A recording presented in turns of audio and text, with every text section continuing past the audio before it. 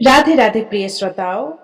आप सभी को पुत्रदा एकादशी व्रत की ढेरों सारी शुभकामनाएं। आज सुनेंगे पुत्रदा एकादशी व्रत की संपूर्ण कथा तथा अंत में सुनेंगे तुलसी माता की कथा। तो आइए पुत्रदा एकादशी की संपूर्ण कथा का श्रवण करते हैं। एकादशी के महात्म को श्रवण करते हुए धर्मराज युधिष्ठिर ने भगवान श्री कृष्ण से कहा, हे प्रभु, यह कल्याणकारी और महापुण्यदायी कथाएं सुनकर मेरे आनंद की सीमा नहीं है तथा मेरी जिज्ञासा बढ़ती जा रही है। हे कमल नयन, अब आप कृपया मुझे सावन मास के शुक्ल पक्ष की एकादशी की कथा सुनाने की कृपा करें। इस एकादशी का नाम क्या है तथा इसके व्रत का क्या विधान है? इसमें किस देवता का पूजन किया जाता है तथा इसका व्रत करने से किस फल की प्राप्ति होती है? तब भगवान ने कहा, हे धर्मराज, सावन मास के शुक्ल पक्ष की एकादशी की कथा के श्रवण मात्र से ही अनंत यज्ञ का फल मिलता है। अब मैं इसके महात्म्य का वर्णन करता हूँ, तुम ध्यान पूर्वक श्रवण करो। एक समय की बात है, द्वापर युग के आरंभ में महिष्मती नाम की एक सुंदर और समृद्ध नगरी हुआ करती थी। चारों ओर ऊंचे ऊंचे भवन, विशाल राजमार्ग, सुंदर उद्यान और हरे भरे वृक्ष उस नगर की शोभा बढ़ाते थे। नगर में रहने वाले लोग सुखी और संपन्न थे। उस नगरी पर महिजीत नाम के राजा का शासन था। राजा महिजीत अत्यंत धर्मात्मा, दयालु और न्यायप्रिय थे। वे अपनी प्रजा को अपनी संतान के समान मानते थे। उनके राज्य में किसी के साथ अन्याय नहीं होता था। ब्राह्मणों का सम्मान किया जाता था, गायों की सेवा की जाती थी और साधु संतों के लिए राजमहल के द्वार सदैव खुले रहते थे। राजा प्रजा की समस्याएं स्वयं सुनते और उनका समाधान करते थे। किसी गरीब को भोजन की आवश्यकता होती तो राजकोष से सहायता दी जाती। किसी कन्या का विवाह करना होता तो राजा सहायता करते। किसी किसान की फसल नष्ट हो जाती तो उसका कर माफ कर दिया जाता था। राजा के राज्य में धर्म, सत्य और न्याय का बोलबाला था। लेकिन इतना सब होने के बाद भी राजा के हृदय में एक गहरा दुख था। राजा महिजीत पुत्रहीन थे। समय बीतता जा रहा था। राजा की आयु बढ़ती जा रही थी और उन्हें चिंता सताने लगी थी कि उनके बाद राज्य का उत्तराधिकारी कौन होगा। रात के समय जब पूरा राजमहल शांत हो जाता, तब राजा अकेले अपने कक्ष में बैठकर इसी चिंता में डूबे रहते। वे सोचते कि मैंने जीवन भर धर्म का पालन किया, प्रजा को अपनी संतान की तरह पाला, किसी का धन नहीं छीना, किसी निर्दोष को कष्ट नहीं दिया। फिर मेरे जीवन में यह कमी क्यों है? मेरे बाद मेरे राज्य और प्रजा का क्या होगा? कभी कभी राजा भगवान के मंदिर में जाकर घंटों प्रार्थना करते। वे हाथ जोड़कर कहते कि हे प्रभु, यदि मैंने जीवन में कोई पुण्य किया है, यदि मैंने किसी भूखे को भोजन कराया है, किसी दुखी की सहायता की है, किसी ब्राह्मण या साधु का सम्मान किया है, तो उस पुण्य का फल मुझे संतान के रूप में प्रदान कीजिए। मुझे अपने राज्य के लिए एक योग्य उत्तराधिकारी दे दीजिए। लेकिन बहुत समय बीत गया और राजा को पुत्र की प्राप्ति नहीं हुई। आखिरकार निराश होकर राजा ने प्रजा के सामने अपना दुख रखा। एक दिन राजा ने अपने मंत्रियों और राज्य के प्रमुख प्रतिनिधियों को राजसभा में बुलाया। राजसभा में सभी लोग उपस्थित हुए। राजा कुछ समय तक मौन बैठे रहे। उनके चेहरे पर चिंता स्पष्ट दिखाई दे रही थी। फिर राजा ने गंभीर स्वर में कहा, हे मेरे प्रिय मंत्रियों और प्रजाजनों, मैंने सदैव धर्म के अनुसार राज्य करने का प्रयास किया है। मेरे खजाने में किसी भी गरीब का धन नहीं है। मैंने कभी देवताओं, ब्राह्मणों या किसी निर्दोष व्यक्ति की संपत्ति नहीं छीनी है। मैंने कभी किसी की धरोहर को हड़पने का प्रयास नहीं किया। राजा कुछ क्षण रुके और बोले, मैंने अपनी प्रजा को सदैव पुत्र के समान माना है। अपराधियों को भी घृणा से नहीं, बल्कि सुधार की भावना से दंड दिया है। मैंने कभी किसी से बिना कारण वैर नहीं रखा। मेरे लिए सभी प्रजा समान है। राजा की आंखों में ऐसे कहकर आंसू आ गए। उन्होंने आगे कहा, फिर भी मैं पुत्रहीन हूँ। वृद्धावस्था में मेरी ओर बढ़ रही है। मेरे मन में यह विचार बार बार आता है कि मेरे बाद इस राज्य का क्या होगा, और मेरा यह दुख केवल मेरा नहीं है, यह मेरे राज्य का भी दुख है। राजा की बात सुनकर सभा में उपस्थित सभी मंत्रीगण और प्रजा भावुक हो उठे। उन्होंने राजा को धैर्य बंधाया और कहा, महाराज, आप चिंता न करें। हम आपके लिए ऐसा उपाय खोजेंगे जिससे आपकी मनोकामना अवश्य पूर्ण हो। राजा के दुख को दूर करने के लिए मंत्रीगण और प्रजा के प्रतिनिधियों ने विचार किया कि किसी महान तपस्वी ऋषि के पास जाकर इसका समाधान पूछा जाए। अतः वे सभी वन की ओर निकल पड़े।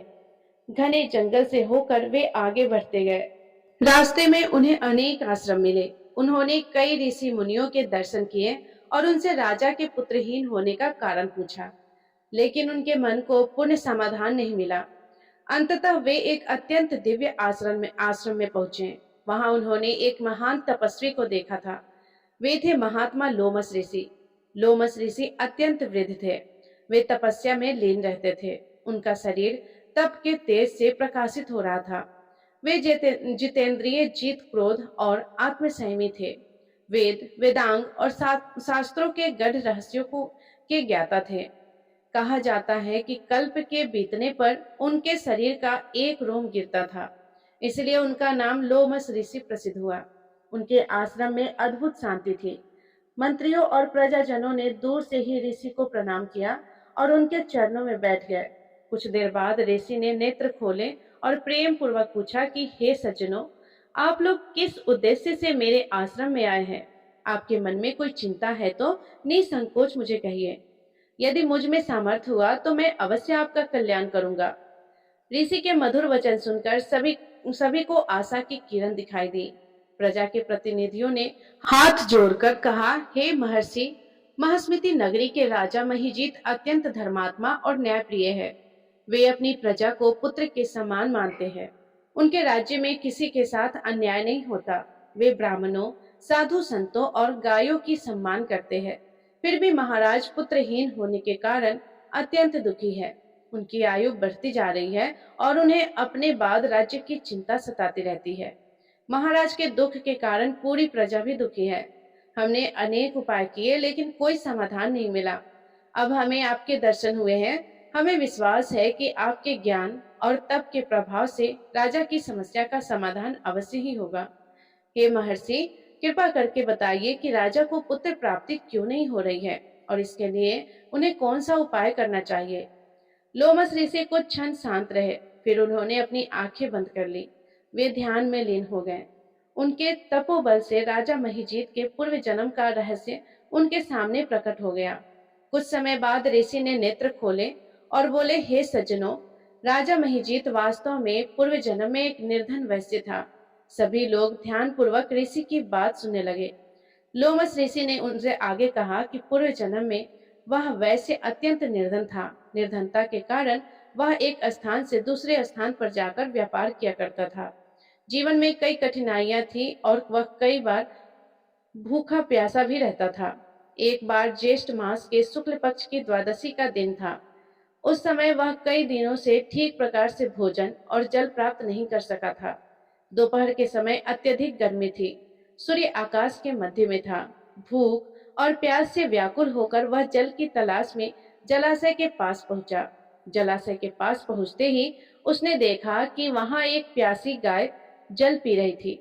वह गाय भीषण गर्मी के कारण बहुत व्याकुल थी। वह बड़ी श्रद्धा से जल पी रही थी, लेकिन उस समय वैश्य स्वयं अत्यंत प्यासा था। उसने अधीर होकर उस गाय को जल पीने से हटा दिया और स्वयं जल पीने लगा। वह कर्म देखने में छोटा प्रतीत हो सकता है, लेकिन प्यासे जीव को जल पीने से रोकना धर्म की दृष्टि से उचित नहीं है। उसी कर्म का संस्कार उसके जीवन में रह गया।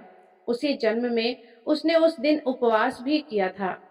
उस उपवास का पुण्य तो उसे अगले जन्म में राजा बनने के रूप में प्राप्त हुआ, लेकिन प्यास से व्याकुल गाय माता को जल पीने से रोकने के पाप का फल उसे संतान सुख से वंचित होने के रूप में मिला।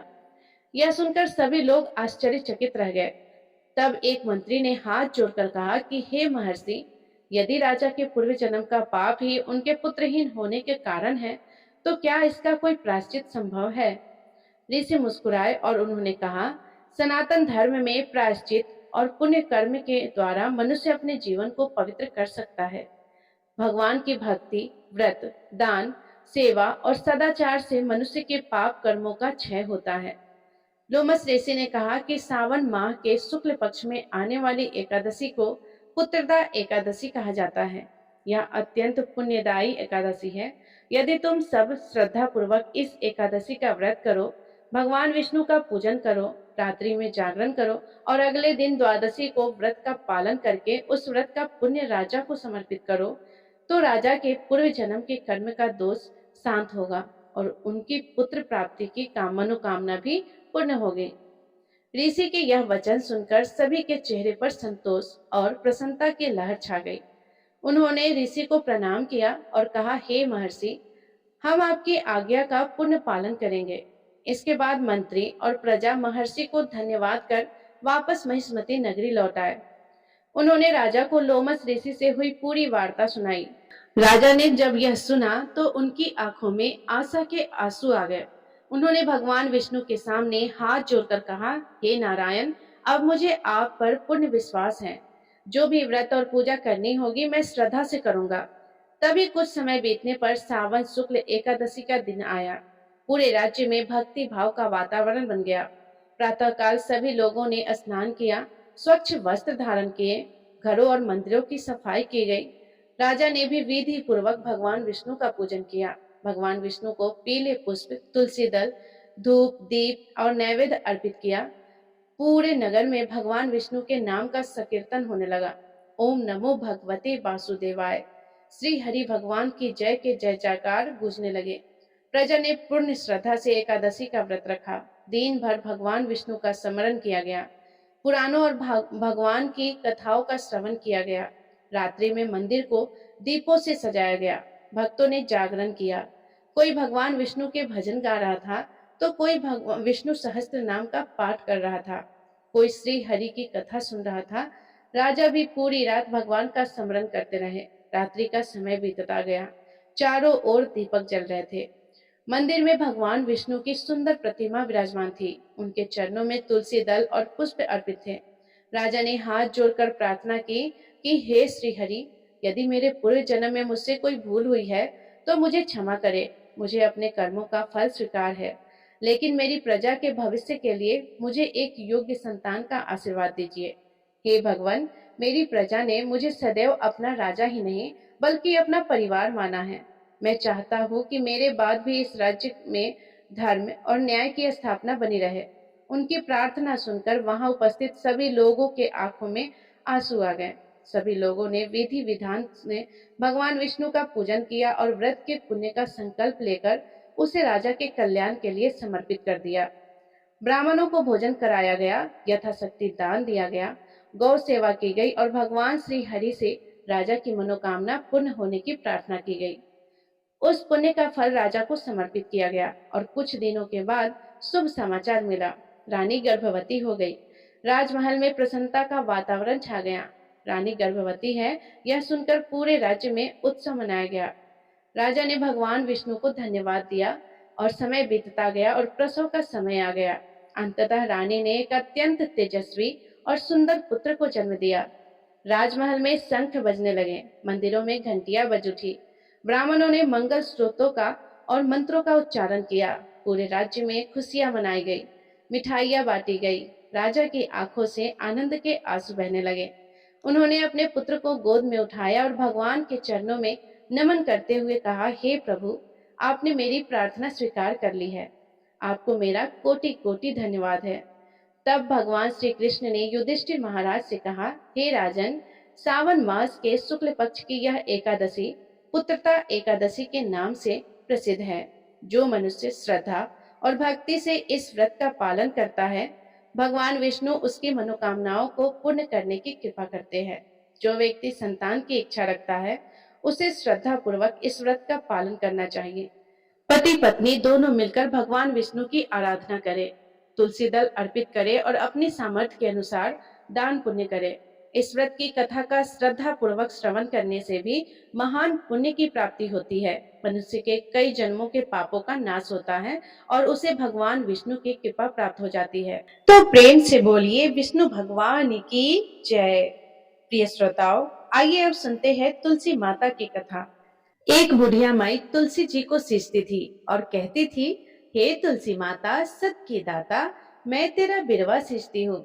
मुझे बहू दे, पीताम्बर की धोती दे, मीठा मीठा घास दे, बैकुंठ में वास दे, चटक की चाल दे, पटक की मौत दे, चंदन का काठ दे, रानी सा राज दे, दाल भात की भोजन दे, ग्यारस की मौत दे, कृष्ण जी की कंधा दे। तब तुलसी माता यह सुनकर सूखने लगी। तो भगवान ने पूछा कि हे तुलसी, तुम क्यों सूख रही हो? तो तुलसी माता ने कहा कि एक बुढ़िया रोज आती है और यही बात कह जाती है कि मैं सब बात तो पूरा कर दूंगी, लेकिन भगवान कृष्ण का कंधा कहाँ से लाऊंगी? तो भगवान बोले कि जब वो मरेगी तो मैं अपने आप कंधा दे आऊंगा। तू बुढ़िया माई से कह देना। जब बुढ़िया माई मर गई, सब लोग आ गए। जब माई को ले जाने लगे तो वह किसी से नहीं उठी। तो भगवान श्री कृष्ण एक बार 12 वर्ष के बालक का रूप धारण करके आए और बालक ने कहा कि मैं कान में एक बात कहूंगा तो बुढ़िया माई उठ जाएगी।